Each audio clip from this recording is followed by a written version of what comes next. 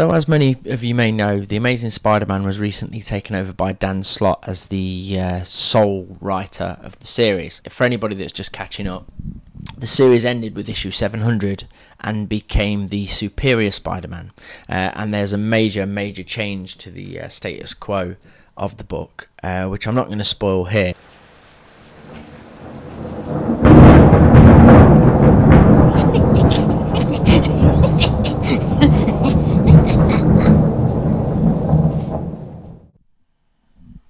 So, Spider Island starts off with the Jackal reviving Kane from his grave. If you remember, Kane is the failed clone of Spider-Man that was predominantly one of the main characters in the Clone Saga and also played a massive part in the Grim Hunt. So the Jackal was the mastermind behind the Clone Saga, or at least one of the masterminds behind it. So the book starts off with the Spider Island Deadly Foes tie-in, and I wasn't too keen on the artwork here. The Jackal himself looked very amateur. He didn't look as good as Ramos was at capturing him, and I like Ramos's work, especially on Spider-Man. I think he is unique in capturing Spider-Man. He does a great Peter Parker and also a fantastic Mary Jane as well. The book brings in the new Madam Web. It's not a first appearance, but it is one of the first major storylines she's been involved in, who works as a forensic scientist. And we get to see an array of the Spidey costumes from over the years, which was a nice sort of dig to the old school. The storyline, as I said, is that the Jackal has returned and raised Kane from the grave and transformed him into this huge monster, which he calls Tarantula. It reminded me of the cartoon animated series of Spider-Man when Peter Parker himself transformed into one of these huge spider-like creatures.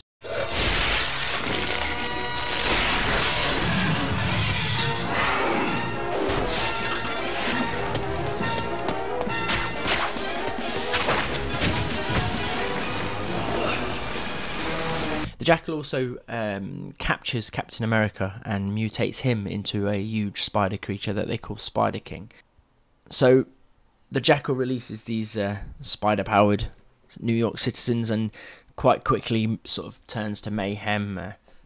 Some of them are just enjoying it, others are using it to sort of loot stores and cause trouble, and basically from those people others are infected, and basically people across the whole city begin to develop these powers. And at first it just seems to be a bit crazy, and Reed Richards is brought in to try and work on a cure. The Avengers close off the city so that nobody can get out, and even Anti-Venom travels across to try and help cure people.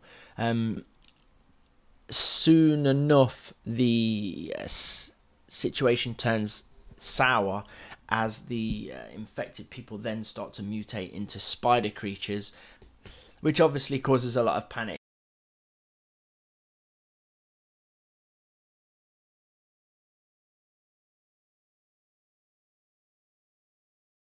Jackal is revealed to be working for the Spider Queen, who is a character that's popped up in the past. I've never heard of her, if I'm being honest. She wants to turn the whole city into a swarm of spiders that are under her command. She has a connection to the Web of Life, similar to Madame Web. So Reed Richards manages to use the equipment at Horizon Labs, which is where Peter Parker works, to recreate Spider-Man's spider sense. And in turn, Spider-Man manages to defeat Tarantula, turning him back into Kane by throwing him into this huge bath of the antidote. That they are literally strapped anti-venom into this machine and sucked the antidote from him. Across the city, Venom manages to stop the Spider King and takes him back to Reed Richards, who cures him and transforms him back into Steve Rogers, or Captain America. The signal also boosts the Spider Queen's connection and powers. There's another fantastic scene where Captain America and Venom team up to take her on in Central Park, and she's actually defeated by Venom throwing Captain America's shield right into the square of her back and sort of cutting her open.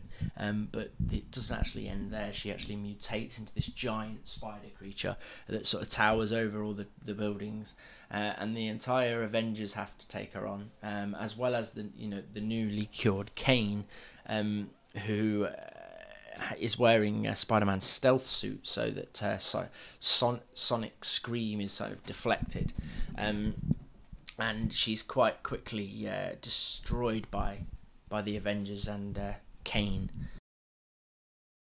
Peter then remembers that in a local police precinct that some of Dr. Octopus's spider bots are being kept in storage. So he runs and activates the helmet and sends a swarm of these spider bots to collect the antidote and then cure everyone in this.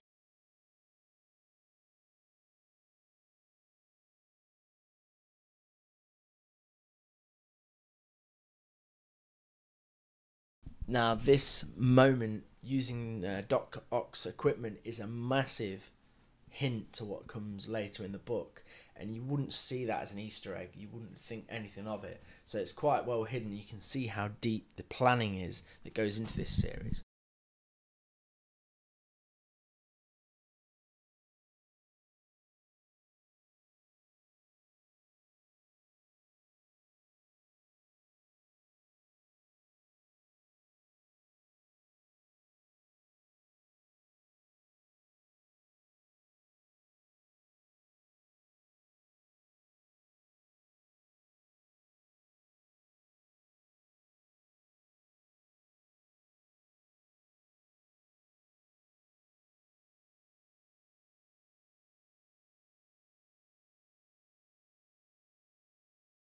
The only thing that annoyed me about it was it's a bit cheesy with Mary Jane getting powers, and there's one instance where Mary Jane doesn't actually mutate into a spider creature, and it's kind of the reason for it is just kind of haphazardly just put out there.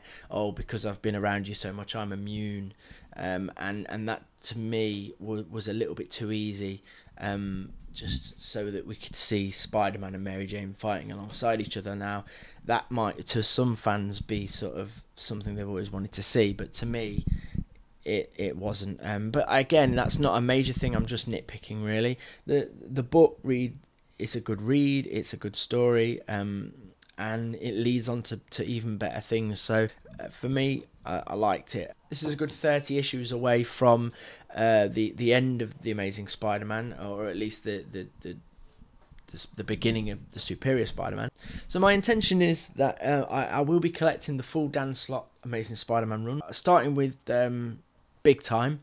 I've picked on Spider Island to begin with, so I'll be catching up all the way to Superior Spider-Man, which I have today bought the 8th and 9th issue of. So hopefully I will have caught up with that as well, and I can do a review of that. But the book overall, I would give it a 7 out of 10.